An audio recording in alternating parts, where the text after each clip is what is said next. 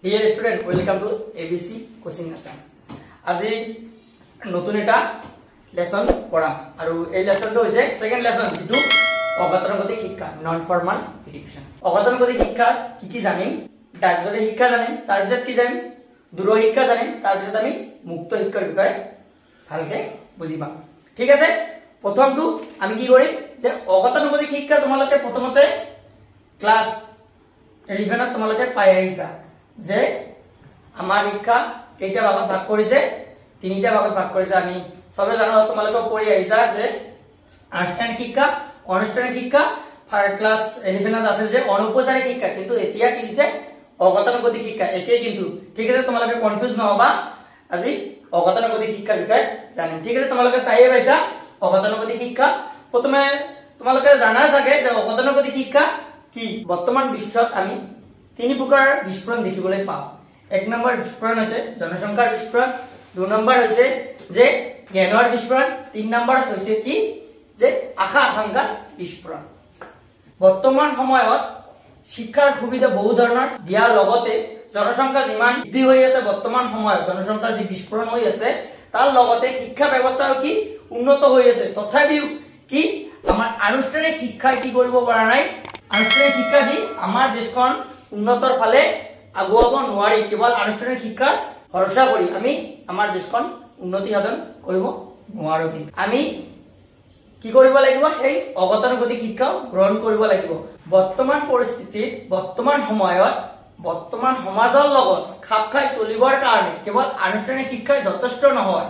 শিক্ষা জগতত পৰিৱৰ্তন সাধন কৰিবৰ বাবে বিভিন্ন ধৰণৰ সমস্যা প্ৰয়োজনসমূহৰ ওপৰত ভিত্তি কৰি সকলোবিলাক দেশে কি অগতানুগতিক শিক্ষা ব্যৱস্থা বা বিকল্প এটা আঁচনি গ্ৰহণ কৰিছে, যেটো হৈছে অগতানুগতিক শিক্ষা।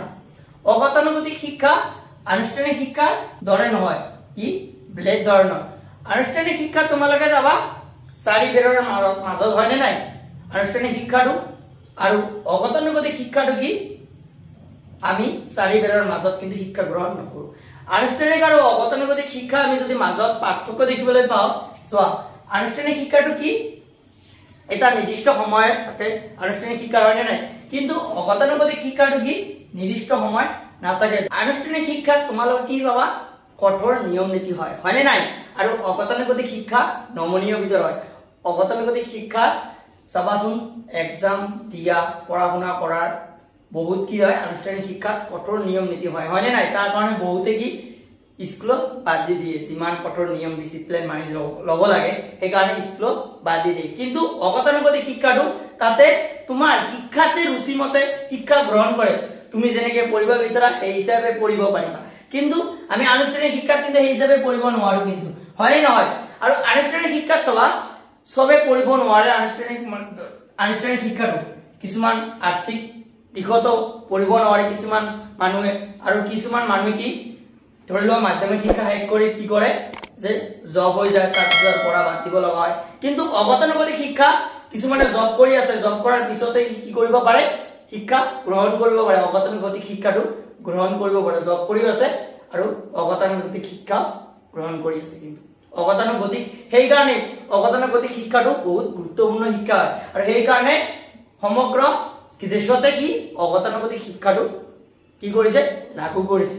জেপি নায়কে কি কৈছে, আনুষ্ঠানিক শিক্ষাৰ বাহিৰত যি সুপৰিকল্পিতভাৱে বা সুসংগঠিতভাৱে শিক্ষা দিয়া হয় সেইটো হৈছে কি অগতানুগতিক শিক্ষা। এতিয়া আমি জানিম, কি জানিম, অগতানুগতিক শিক্ষাৰ বৈশিষ্ট্যবিলাক আমি এতিয়া জানিম। অগতানুগতিক শিক্ষা কি হয়, এক অবিৰত শিক্ষা, হয়নে নাই। অগতানুগতিক শিক্ষাটো এক অবিৰত শিক্ষা, আমি যেতিয়া ইচ্ছা তেতিয়ালৈকে পঢ়িব পাৰো, তাতে কিমান বয়সৰ সীমা নাথাকে। তাৰপিছত আমি কি পাম যে অগতানুগতিক শিক্ষাটো কি হয়, নমনীয় বিধৰ হয়, হয়নে নাই। অগতানুগতিক শিক্ষাৰ নীতি নিয়ম বিলাক নমনীয় বিধৰ হয়। তাৰপিছত 3 নম্বৰ পইণ্টটো কি, আমি বৈশিষ্ট্য কি জানিম। 3 নম্বৰ বৈশিষ্ট্য হৈছে কি, অগতানুগতিক শিক্ষা কি হয় যে শিক্ষাৰ্থীৰ ৰুচি অভিৰুচি অনুযায়ী এই শিক্ষাটো কি কৰা হয়, গ্ৰহণ কৰা হয়। আনুষ্ঠানিক শিক্ষাত কিন্তু কি চাবা, কিন্তু শিক্ষাৰ্থী ৰুচি অভিৰুচি হিচাপে কিন্তু শিক্ষা দিয়া নহয়।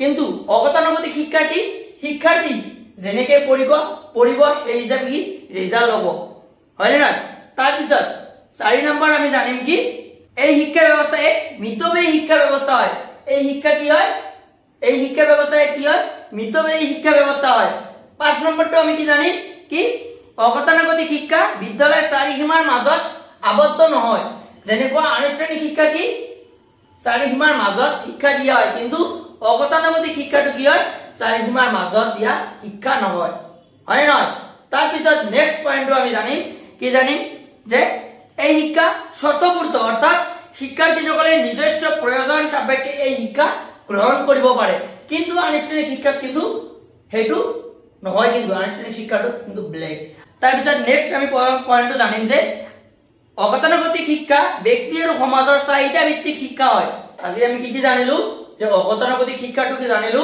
আগত যে আমি পঢ়ি আহিছো অগতানুগতিক শিক্ষা আৰু অগতানুগতিক শিক্ষা বৈশিষ্ট্য আমি পঢ়িলো তাৰ পিছত আমি অগতানুগতিক শিক্ষাৰ লক্ষ্য পঢ়িম তাৰ পিছত গুৰুত্ব পঢ়িম তাৰ পিছত দূৰ শিক্ষা বা ডাকযোগে শিক্ষা বিষয়ে পঢ়িম ঠিক আছে লগ পাম নেক্সট ক্লাছত আৰু তোমালোকে যিবিলাকে নতুন আহিছে সাবস্ক্ৰাইব কৰিবা চেনেলটো তোমালোকে বহুত ধৰণৰ গুৰুত্বপূৰ্ণ ভিডিও তোমালোকে পাবা